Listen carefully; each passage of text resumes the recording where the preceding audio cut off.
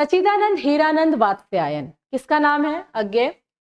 सच्चिदानंद हीरानंद वात्स्यायन अज्ञेय ने किस सप्तक के कवियों को नई राहों का अन्वेषी कहा? ये मैंने लिखवाया है, अब मुझे बताइए। प्रथम तार सप्तक की बात की उन्होंने, द्वितीय तार सप्तक की बात की उन्होंने किस तार सप्तक के बारे में ये बात कही? ठीक है, तार सप्तक, दूसरा तार सप्तक, तीसरा तार सप्तक कि चौथा सप्तक? बताइए। प्रिया का उत्तर ए है, प्रिया रंजन, अंजू, गीता सी और ए, ये क्या होता है? ढेला मार रही हैं आप, सी भी होगा ए भी होगा। प्रियंका ए, बाकी सभी जल्दी बताइए। प्रश्न संख्या 13, सच्चिदानंद हीरानंद वात्स्यायन अज्ञेय ने किस सप्तक के कवियों को नई राहों का अन्वेषी कहा? सभी को पता होगा लगभग ये। प्रथम सप्तक, बिल्कुल प्रथम सप्तक नहीं कहा गया, हम लोग अपनी सुविधा के लिए कहते हैं। पहले वाले का नाम सिर्फ तार सप्तक ही रखा गया था, है ना। तो तार सप्तक में उन्होंने क्या कहा कि ये जो कवि हैं, प्रयोगवादी जो कवि हैं, ये क्या है? ये नई राहों के अन्वेषी हैं, नई राहों के खोजने वाले, खोजकर्ता हैं। ठीक है, आगे आइए। निम्नलिखित में से सुमेलित नहीं है। ईस्वी किस तार सप्तक की, कौन सी ईस्वी है? मैंने लिखवाई हुई है। तार सप्तक 1943, दूसरा सप्तक 1951, तीसरा सप्तक 1959, चौथा सप्तक 1969। जल्दी जल्दी उत्तर दीजिए, ये आप लोगों को पता होगा, ये आप लोगों को पता होगा। जल्दी से उत्तर दीजिए, इसमें से कौन सा गलत है, सही सुमेलित नहीं है, ये बताइए। श्वेता डी कह रही है, प्रिया डी कह रही है, रश्मि भी डी कह रही है। मुझे सही ईस्वी बताइए। अगर ये नहीं है, ये सही है 1943, 1951 भी सही है, 1959 भी सही है। अगर चौथा तार सप्तक 1969 नहीं है तो क्या है? क्या तिथि है चौथे तार सप्तक की? बताइए, ईस्वी बताइए आप सभी। चौथा तार सप्तक किस वर्ष प्रकाशन में आया था? चौथा तार सप्तक किस वर्ष प्रकाशन में आया था? जल्दी से मुझे जवाब दीजिए। यही है हमारा उत्तर, यही है, ये गलत है ना। चौथे तार सप्तक की ये तिथि नहीं है, प्रकाशन की ये तिथि नहीं है। बिल्कुल गीता, आरती बिल्कुल सही, 1979 है ना। 1979 में चौथा तार सप्तक प्रकाशित हुआ था। 78 किस्सा कहां से आ गए प्रियंका? 78 नहीं है, 1979 है। 78 नहीं है, 1979 है। ठीक है, क्लियर है सभी को? चलिए अगला प्रश्न देखते हैं। तार सप्तक में संकलित कवियों का सही आरोही कालानुक्रम, आरोही, दो क्रम पूछे जाते हैं, आरोही और अवरोही। कौन कौन से? आरोही और अवरोही। ध्यान दीजिए कौन सा पूछा हुआ है, आरोही कालक्रम। अब बताइए। अज्ञेय, नेमिचंद्र जैन, रामविलास शर्मा, प्रभाकर माचवे। अज्ञेय, रामविलास शर्मा, प्रभाकर माचवे, नेमिचंद्र जैन। अज्ञेय, प्रभाकर माचवे, नेमिचंद्र जैन, रामविलास शर्मा, प्रभाकर माचवे, नेमिचंद्र जैन या अज्ञेय? बताइए इसमें से। पूछा है क्रम हमारा आरोही क्रम कौन सा है?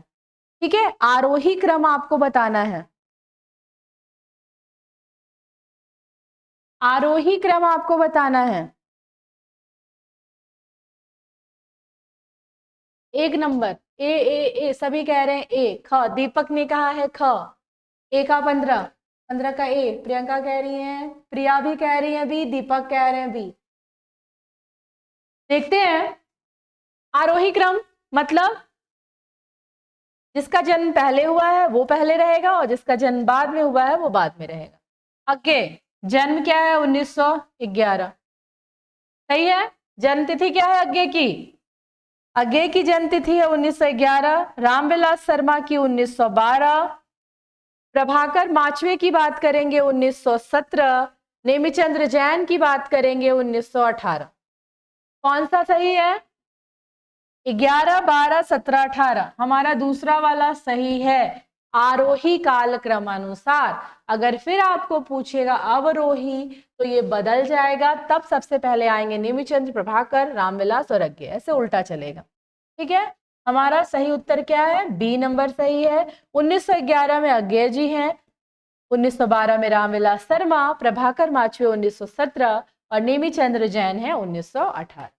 ठीक है, सभी को क्लियर है? अगला प्रश्न देखते हैं। दूसरा शतक के रचनाओं का आरोही कालक्रम क्या है? दूसरा शतक, दूसरे शतक में कौन कौन से हैं आपको लिखवाया हुआ है। फटाफट वो पन्ना खोलो जहां पे ये लिखवाया है मैंने कि दूसरे शतक में कौन कौन से कवि हैं। वो पेज खोलिए आप लोग, ये लिखवाया हुआ है ना आप लोगों को, दूसरे तार सप्तक के कवि, प्रथम तार सप्तक के कवि मैंने लिखवाया है। अब उसका कालक्रम हमें देखना है, आरोही कालक्रम जो अभी देखा हमने। शमशेर बहादुर सिंह, नरेश मेहता, धर्मवीर भारती, रघुवीर सहाय। शमशेर बहादुर सिंह, धर्मवीर भारती, रघुवीर सहाय, नरेश मेहता। धर्मवीर भारती, शमशेर बहादुर सिंह, रघुवीर सहाय, नरेश मेहता। नरेश मेहता, रघुवीर सहाय, शमशेर बहादुर सिंह या धर्मवीर भारती। सी, बहुत उत्तर आ रहा है सी, आरती का सी है। और आप लोग बताइए क्या है उत्तर, जल्दी फटाफट उत्तर बताइए आप लोग, फटाफट उत्तर बताइए क्या होगा।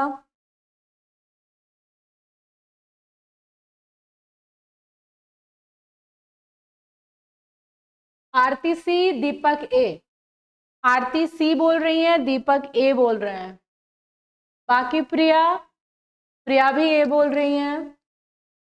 मैंने क्रम लिखवा दिया है ना उनके जन्म अनुसार, क्रम मैंने लिखवाया है प्रयोगवाद का, वो आपके पास होगा, वो नहीं भूलना है आपको।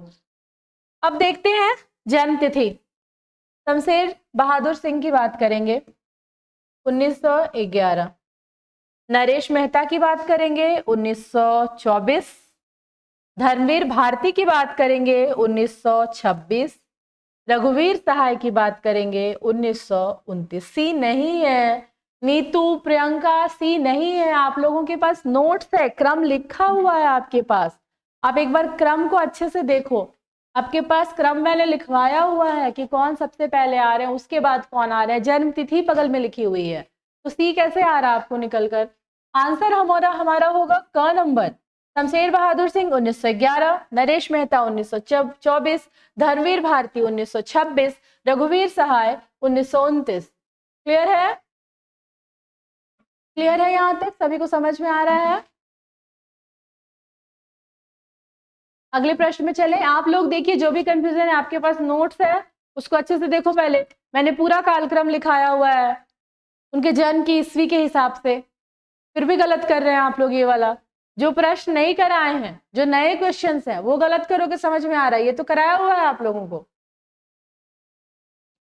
चलिए अगला प्रश्न देखते हैं। तीसरा सप्तक में संकलित कवियों का सही आरोही कालानुक्रम है? कीर्ति चौधरी, केदारनाथ सिंह, कुंवर नारायण, मदन वात्स्यायन। आरती क्या बोल रही हैं?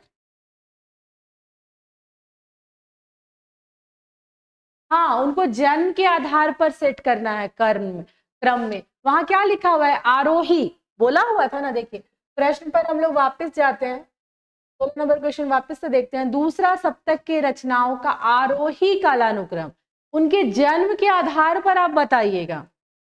ठीक है, आरोही हम क्रम कैसे, अब किस कवि ने कौन सी रचना सबसे पहले लिखी, हम उस आधार पर अगर लेकर चलेंगे तो मान लीजिए प्रयोगवाद में किसी ने 1912 में कविता लिखी, किसी ने उससे पहले बहुत सारी कविताएं लिखी हैं, तो आप किस तरह से अंतराल करिएगा? नहीं कर पाइएगा अंतर ना। तो हम लोग उनके जन्म के अनुसार ही लेकर चलेंगे, जन्म के अनुसार। अभी तक कालक्रम अनुसार जितने भी प्रश्न आते हैं, या आप नेट की परीक्षा में भी पूछिए, किसी भी रचनाकार का उनके जन्म से ही पूछा जाता है। और अगर उनकी रचनाओं से पूछा जाएगा तो रचनाओं के संपादन वर्ष से प्रश्न पूछा जाता है कि इनके संपादन के अनुसार इनको क्रम में लगाइए। ठीक है, कि कौन सी रचना पहले प्रकाशित हुई है, कौन सी रचना बाद में प्रकाशित हुई है। भारतेंदु हरिश्चंद्र की बात करेंगे या द्विवेदी युग की बात करेंगे तो उनको भी हम उनके जन्म तिथि के अनुसार ही बांटते हैं। ठीक है, जन्म वर्ष नहीं लिखा गया इससे दिक्कत हो रही, अच्छा ये बात है। ठीक है, अभी मैंने आपको जन्म तिथि मैं बताते गई हूँ ना, जिसका जिसका हमने किया, तो उसको नोट करते जाइए। आप वहीं पर नोट कर लीजिए कि भाई ये नाम लिख करके शमशेर बहादुर सिंह इतना है, आगे का तो लिखा ही हुआ है, जिनका जिनका लिखा हुआ। ये दिक्कत इसलिए आई क्योंकि हमने सभी को अलग अलग नहीं देखा ना, तो थोड़ा समय बचा रहे हैं, तो उधर से जो चीजें दिक्कत कर रही हैं आप इधर उसको मैनेज कर लो। आप यहाँ पर साहित्यकार का नाम, कवि का नाम लिखो और बगल में उसकी जन्म तिथि लिख लो, ठीक है। चलिए देखते हैं दूसरा, अगला प्रश्न देख रहे थे हम लोग कि तीसरा शतक में संकलित कवियों का सही आरोही कालानुक्रम क्या है। कीर्ति चौधरी, केदारनाथ सिंह, कुंवर नारायण, मदन वात्स्यायन। केदारनाथ सिंह, कुंवर नारायण, मदन वात्स्यायन, कीर्ति चौधरी, मदन वात्स्यायन, कुंवर नारायण, केदारनाथ सिंह, कीर्ति चौधरी, कुंवर नारायण, केदारनाथ सिंह, कीर्ति चौधरी या मदन वात्स्यायन। बताइए इसमें से क्या होगा, कौन सा उत्तर इसमें से सही होगा। एक बार आप लोग अंदाजा लगाइए। कुंवर नारायण, केदारनाथ सिंह का लिखवाया है आप लोगों को मैंने जन्म तिथि।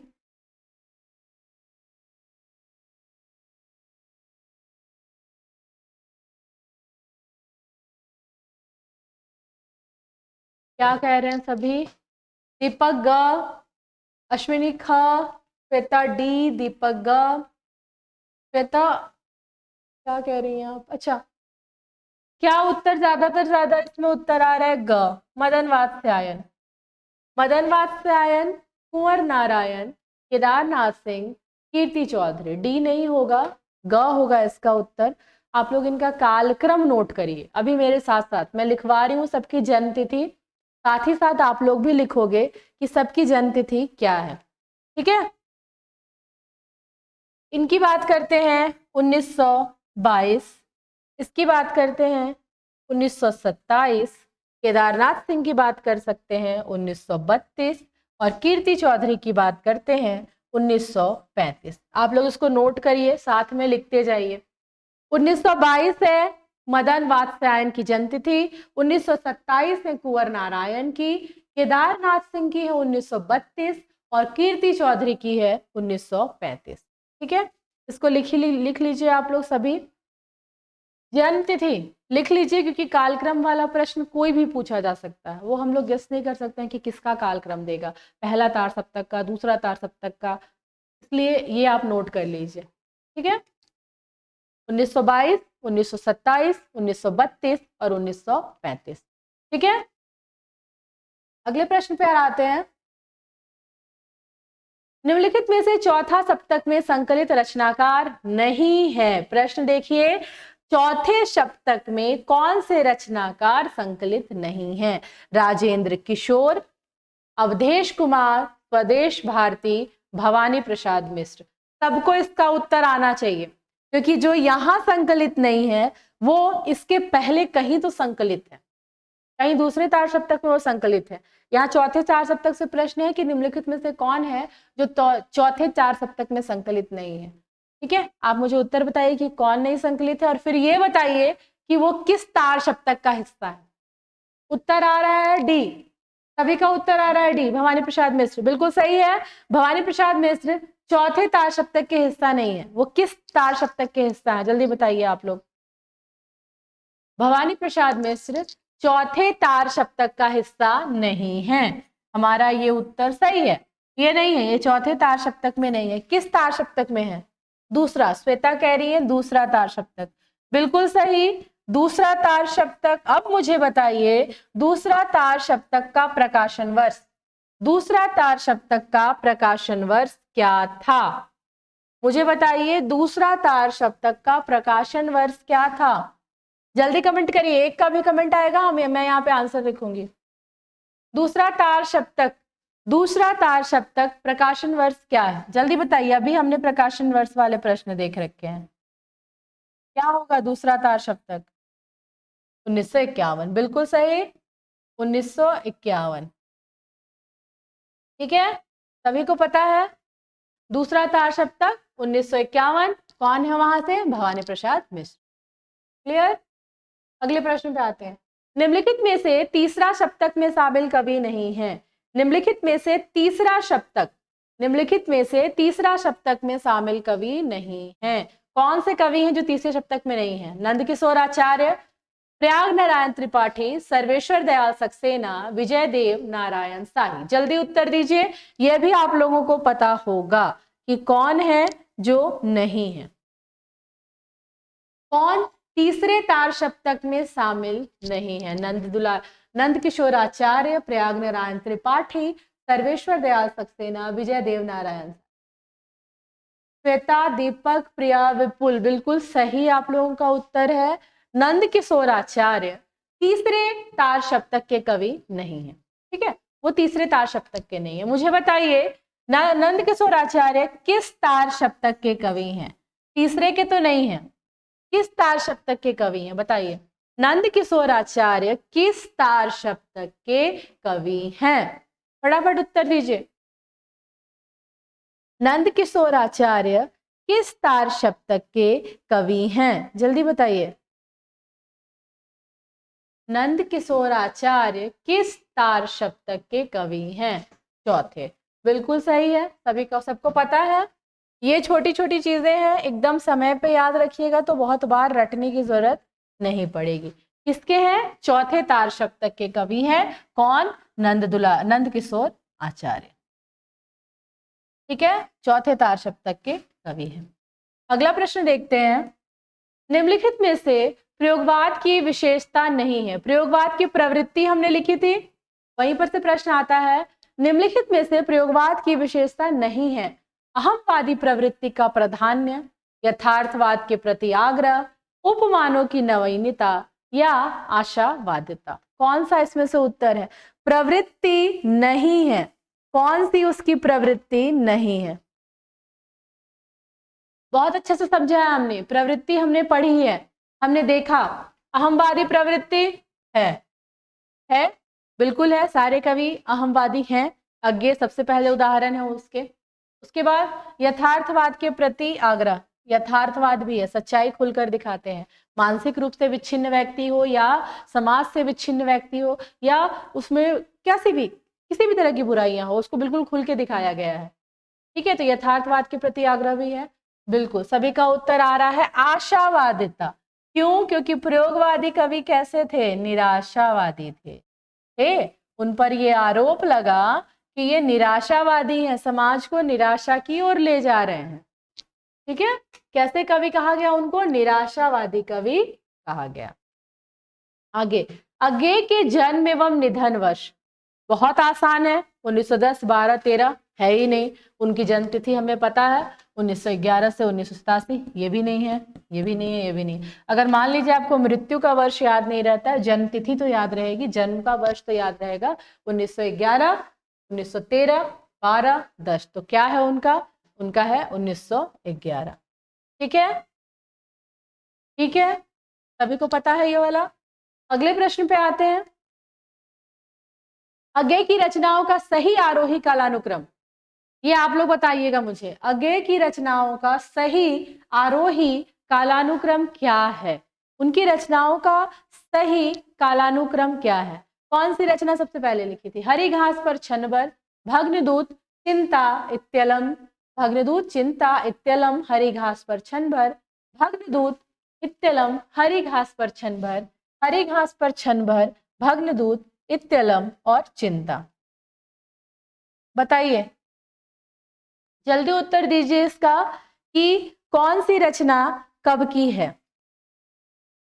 आप जो क्रम बता रहे हैं, जो भी क्रम आप बता रहे हैं, क्रम के अनुसार आपको तिथि भी मालूम होनी चाहिए रचना की।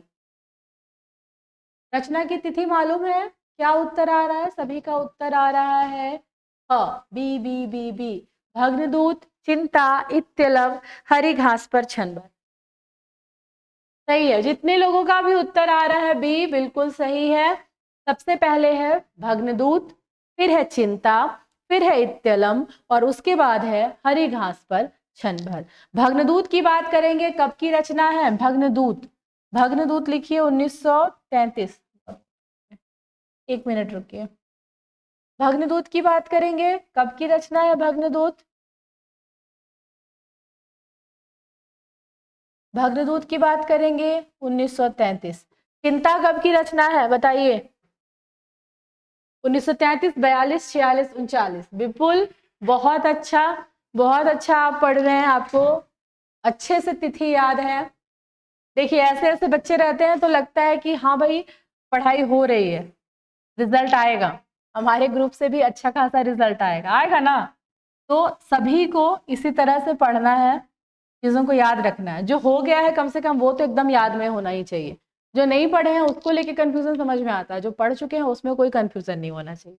1933, 1942, 1946 और 1949। ठीक है, हमारा उत्तर कौन सा है? हमारा उत्तर है ख, भग्नदूत, चिंता, इत्यलम और हरी घास पर क्षण भर। ठीक है, अगले प्रश्न पर आते हैं।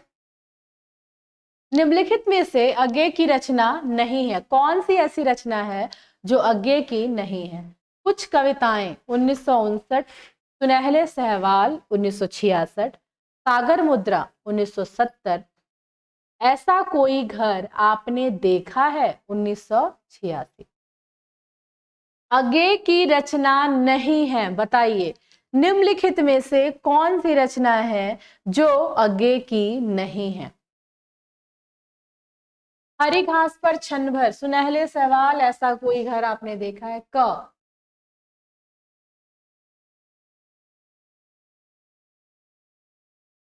अश्विन कुमार, दीपक, प्रिया, क। ठीक है, बिल्कुल सही। हमारा जो उत्तर है, कहाँ चला गया? कुछ कविताएं। हमारा जो उत्तर है कुछ कविताएं, क्या उत्तर है हमारा? कुछ कविताएं। किसका लिखा हुआ है? अगर ये अज्ञे का नहीं है तो ये किसका लिखा? बिल्कुल उत्तर पहले से हाजिर है, अश्विनी ने बता दिया है, शमशेर बहादुर सिंह। बिल्कुल सही, ये शमशेर बहादुर सिंह की रचना है। ठीक है, किसकी रचना है? शमशेर बहादुर सिंह की रचना है। ठीक है, क्लियर है सबको? चलिए अगले प्रश्न पर आते हैं। निम्नलिखित में से अज्ञे की कविता नहीं है। यह दीप अकेला, शब्द और सत्य, सांप, एक पीली शाम। यह दीप अकेला, शब्द और सत्य, सांप, एक पीली शाम। अज्ञे की कविता नहीं है। फिर से बताइए कौन सी कविता है जो इसमें से किसकी अज्ञे की नहीं है?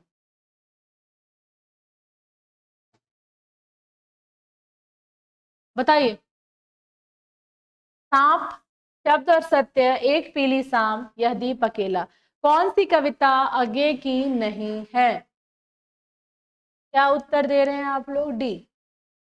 प्रियंका, अश्विनी, प्रिया। एक पीली शाम, एक पीली शाम की बात करेंगे। एक पीली शाम अज्ञे की रचना नहीं है, ये भी है शमशेर बहादुर सिंह की रचना है। ये भी शमशेर बहादुर सिंह की रचना। मैंने आपको कहा था कि शमशेर बहादुर सिंह की अगर बात करेंगे तो प्रयोगवाद में कुछ महत्वपूर्ण खोज हुई, ऐसे ऐसे कवि निकल कर आए जिसमें से ये एक है, कुंवर नारायण एक है। इनकी कविताएं आप पढ़िए, बहुत ही अच्छी कोटि की, आपको बहुत अलग मतलब कविताएं हम कहते हैं ना कि हम रस के लिए पढ़ते हैं, तो इनकी कविताओं का रस और आनंद बिल्कुल अलग ही कोटि का। बहुत अच्छी कविताएं हैं शमशेर बहादुर सिंह। चलिए आगे देखते हैं। निम्नलिखित में से शमशेर बहादुर सिंह का, ये हमने शमशेर बहादुर सिंह को अलग से नहीं पढ़ा है, तो हो सकता है आपने जिसने भी अगर खुद से पढ़ा है तो उत्तर देने की कोशिश करें, पर अभी शायद नहीं दे पाएंगे, पर आप लोग कोशिश करें। निम्नलिखित में से शमशेर बहादुर सिंह का काव्य संग्रह नहीं है। चुका भी हूं नहीं मैं 1975, इतने अपने पास 1980, सुकून की तलाश 1998, नीली रेखा तक 1984। शमशेर बहादुर सिंह का काव्य संग्रह कुछ पत्नी की याद में, शशि पत्नी की याद में। कौन सी? वो नहीं समझ में आया, आप क्या कहना चाह रहे हैं अश्विनी? मुझे नहीं क्लियर हो रहा है किस बारे में आप ये बातें कह रहे हैं। मुझे ये बताइए कि इसमें से शमशेर बहादुर सिंह का काव्य संग्रह कौन सा नहीं है और वो किसका है?